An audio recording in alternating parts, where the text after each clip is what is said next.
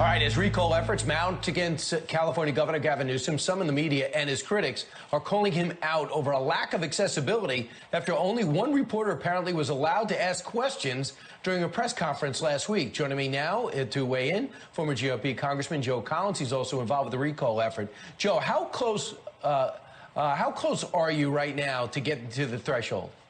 I think that we've surpassed the 1.5 million signatures that we need, but that may not be enough. We have to account for the amount of signatures that California may throw out, so we want to push it all the way to March 7th. So what is the chief complaint about the governor, who at one point had 60% approval rating? Well, I think one of the biggest things right now is everybody is seeing what's going on in California. The homelessness has been a huge issue. Our education system has failed.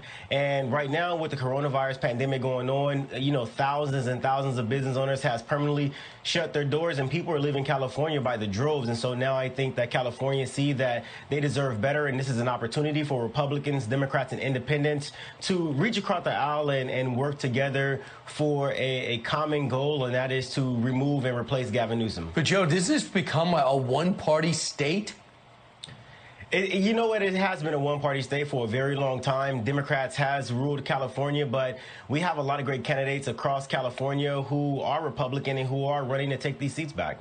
So listen to this. Tell me if you can reflect on this, and tell me if this is some sentiment you really feel. This from a Politico reporter back on February 4th, just a few days ago, when Newsom is only allowing one reporter at the actual press conference, but then making big announcements on TikTok that'll affect millions of parents and kids. Something is very wrong here. When Politico turns on you, you got an issue if you're a Democratic governor.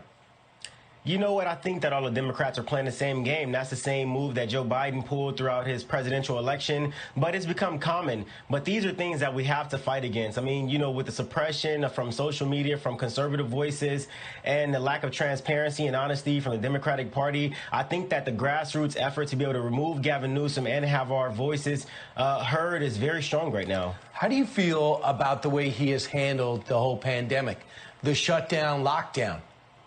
Oh, I think he bosted it. It was not good at all. And I said this last year that I trust gas station sushi more than I trust Gavin Newsom or any other Democrats in California, just because of how our communities look. And so I'm not pleased with how he's been handling the coronavirus. He hasn't shown any of the proof or information that is the basis of the decisions that he's been making for Californians. So when he sends his kids to private school and he tells everybody else to go work at home on a laptop, that looks like a duplicity. And then you have somebody who goes to the French Laundry. He's not going to shake that.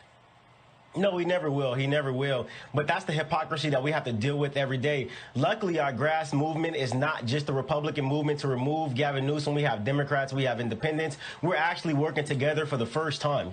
So now you have a threshold in a couple of weeks. You think you're going to get over that? Have some fake, you have to go way over that just in case there's some duplicate signatures or inauthentic signatures. And then you'll vote to get him out. And then they'll have an election to see who replaces him, right? Yes, absolutely. That's how that works. All right, Joe Collins, thank you so much. Thank you. All right. Meanwhile, we reached out to Governor Newsom's office, but have not heard.